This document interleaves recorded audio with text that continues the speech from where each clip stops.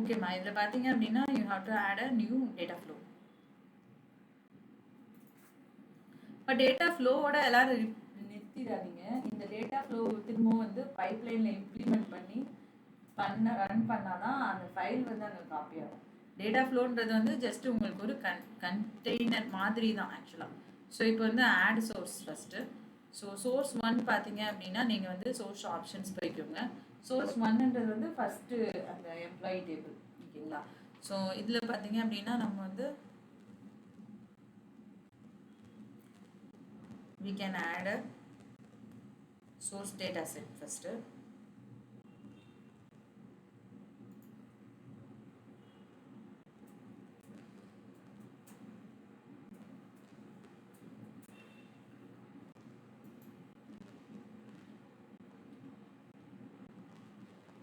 இந்த ஸ்டெப்ஸ் எல்லாமே ஆல்மோஸ்ட் நம்ம முன்னாடி பண்ண அதே ஸ்டெப்ஸ் தான் ரிப்பீட் ஆகும் உங்களுக்கு.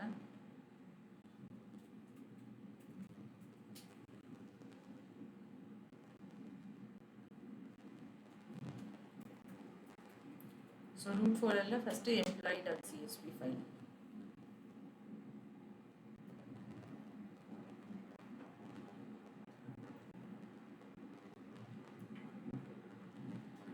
ஒரே ஃபோல்டர்லையும் போட்டுக்கலாம், ரெண்டு ஃபோல்டர்லையும் போட்டுக்கலாம்.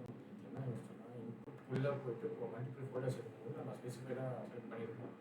இன்கேஸ் இன்புட்டில் வந்து நம்ம வச்சுக்க ஒரு ஃபோல்டர் மட்டும் தான் இருக்குன்ற வச்சுட்டு இன்புட் மட்டும் உங்களுக்கு கான்டாக்ட் போகலாம்னு சொல்லிட்டு இன்புட்டே வந்து இப்போ ரெண்டு ஃபோல்டராகவும் வச்சுக்கலாம். இப்போ வந்து input 1 input 2 ஆக்சுவல் லாஜிக் அப்படி தான் இருக்கும். எம்ப்ளாயி டேட்டாபேஸ் ஒன்று எம்ப்ளாயி ஃபோல்டரில் வச்சுருப்பாங்க, டிபார்ட்மெண்ட்டுன்றது வந்து இன்னொரு கண்டெய்னரில் தான் வச்சுருப்பாங்க. அப்படி வச்சுருந்தாலும் இது நீங்கள் லோட் பண்ணும்போது சோர்ஸில் அந்த ஃபோல்டரை நீங்கள் செலக்ட் பண்ணிக்கணும்.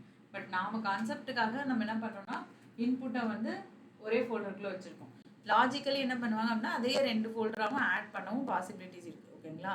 ஸோ அடுத்த ஸ்டெப் வந்து இப்போ we have to add source. ரெண்டாவது சோர்ஸ் வேணும். இப்போ எனக்கு இது வரைக்கும் நம்ம பண்ணதில் ஒரு சோர்ஸ் தான், ஏன்னா வந்து அதில் பேசிக் ட்ரான்ஸ்ஃபர்மேஷன்ஸ் தான் பண்ணியிருந்தோம். we have to add one more source. இப்போ ரெண்டாவது சோர்ஸ் தான் எனக்கு ரெண்டாவது data set. தெரியுதாப்பா?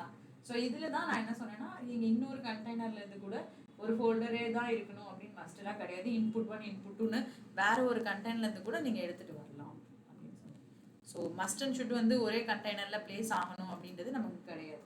So we can add up from multiple folders as well.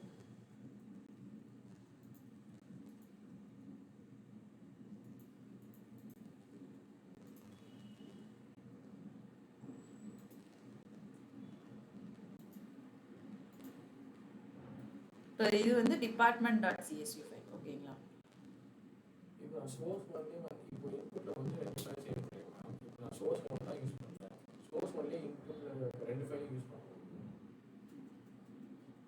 Source ஒன்றுனா ஒரு டேட்டா செட் தானே எடுக்கும். ஒரு சோர்ஸில் ஒரு டேட்டா செட் தான் கனெக்ட் பண்ண முடியும்.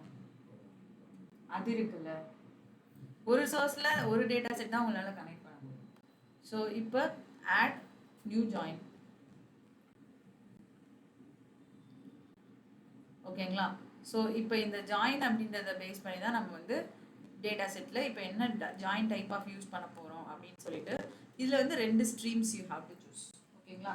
லெஃப்ட் ஸ்ட்ரீம், ரைட் ஸ்ட்ரீம், என்ன டைப் ஆஃப் ஜாயின் அப்படின்றது நமக்கு வந்து பேசிக்கலி ரொம்ப முக்கியமான ஒரு கண்டெக்ஸ்ட். இப்போ இன்னர் ஜாயின் அப்படின்றது ஃபண்டமெண்டல் கான்டெக்ஸ்ட் அப்படின்றதுனால நம்ம வந்து சோர்ஸ் 1 அப்படின்றது லெஃப்ட் ஜாயின்லையும் சோர்ஸ் 2 அப்படின்றது வந்து ரைட் ஜாயின்லையும் வச்சுக்கலாம். ஆக்சுவலி இதை வந்து நேம் பண்ணிப்பாங்க. சோர்ஸ் 1 சோர்ஸ் 2 அப்படின்னு வச்சுக்க மாட்டாங்க. ஸோ சோர்ஸ் 1 வந்து எம்ப்ளாயி அப்படின்னு சொல்லிட்டு நேம் பண்ணிப்பாங்க. சோர்ஸ் 2 வந்து டிபார்ட்மெண்ட் நேம் பண்ணிப்பாங்க. ஏன் அப்படின்னா இப்போதைக்கு வேணா உங்களுக்கு வந்து பேசிக்கலி ஈஸியாக இருக்குமே தவிர ஒரு 4-5 சோர்ஸ்லேருந்துலாம் நீங்கள் ஒர்க் பண்ண வேண்டிய கண்டெக்ஸ்ட் வரும். ஓகேங்களா? அப்போ அந்த டேபிள்ஸ்லேருந்து செலக்ட் ஸ்டேட்மெண்ட் கூட நம்ம போடுவோம். அப்போ நம்ம என்ன பண்ணிக்கணும் அப்படின்னா we have to name this for sure. Name பண்ணுறதுனால தான் நமக்கு அட்வான்டேஜ் அதிகம். ஓகேங்களா? ஸோ உங்கள் சோர்ஸஸை நீங்கள் ரீநேம் கண்டிப்பாக பண்ணிக்கோங்க. ஸோ சோர்ஸ் நேம்ஸை நீங்கள் ரீநேம் பண்ணிக்கோங்க. அடுத்து பார்த்தீங்க அப்படின்னா it will create a joins. So இப்போ இந்த ஜாயினில் நான் என்ன டைப் ஆஃப் ஜாயின் கிரியேட் பண்ணியிருக்கேன் அப்படின்னு பாருங்கள். உங்களுக்கு வந்து இன்னர் ஜாயின் கிரியேட் பண்ணியிருக்கேன். ஸோ ஜாயினுக்கு வேறு ஏதாவது ஒரு கண்டிஷன் இருக்கா அப்படின்னு சொல்லிட்டு ரொம்ப ரொம்ப முக்கியமான ஒரு கான்செப்ட். எந்த காலமும் ஈக்குவல். இதுதான் நான் சொன்னேன் இல்லையா, பேஸ்ட் ஆன் விச் காலம் we are doing the join. அதுதான் ஃபர்ஸ்ட் மேண்டேட்டரி பாயிண்ட். ரெண்டுலேயும் ஒரு காமன் காலம் இருக்கணும் அப்படின்னு சொல்லிட்டு. ஸோ இதில் என்ன காலம் நேம் இருக்குது, அதில் என்ன காலம் நேம் இருக்குது அப்படின்னு சொல்லிட்டு it will load and show you. So என்ன காலம் நேம் பேஸ் பண்ணி நம்ம வந்து இதை எழுத போறோம் அப்படின்னு சொல்லிட்டு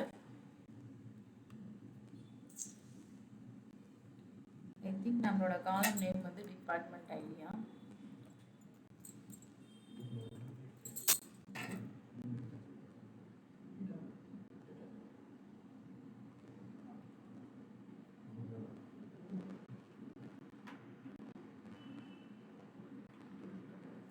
காலம் நேம்ஸ் வந்து கரெக்டாக நம்ம டைப் பண்ணணும். டிஃபால்ட்டாக அது வந்து உங்களுக்கு ஃபில்டர் ஆகும் அந்த காலம் நேம் என்ன அப்படின்னு சொல்லிட்டு. நான் ஜஸ்ட் வியூ பண்ணுறதுக்காக எடுத்துருக்கேன். இன்கேஸ் இதில் நமக்கு வியூ பண்ணுறதுக்கு கஷ்டமாக இருக்குது அப்படின்னா நம்ம அங்கேயே போய் அந்த சோர்ஸ்லேயே கூட நம்ம வியூ பண்ணி பார்க்கலாம். ஏன்னா சோர்ஸில் வந்து நம்மளுக்கு காலம்ஸ் வந்து டேட்டா ப்ரிவியூ காட்டும். ஸோ அதுலேருந்து கூட நம்ம வந்து டேட்டா ப்ரிவியூ காட்டுறதுக்கு எப்போவுமே இந்த டீபக் மோட் வந்து உங்களுக்கு ஆஃபில் தான் இருக்கும். அதை மட்டும் டீபக் மோட் ஆன் பண்ணுற வரைக்கும் நம்ம வந்து வெயிட் பண்ணணும். ஸோ டேட்டா ப்ரிவியூ பார்க்குறதுக்கு. ஸோ டேட்டா ப்ரிவியூவில் கூட நம்ம அந்த காலம் நேம்ஸை எடுத்துக்கலாம்.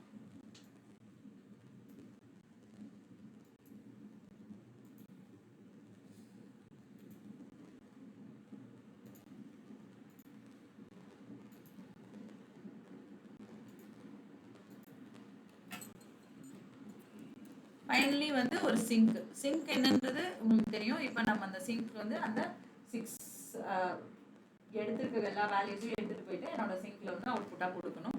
ஸோ டிஃபால்ட்டாக என்னோட சிங்க்ல திரும்ப ஒரு டேட்டா செட் வந்து நான் ஆட் பண்ணணும்.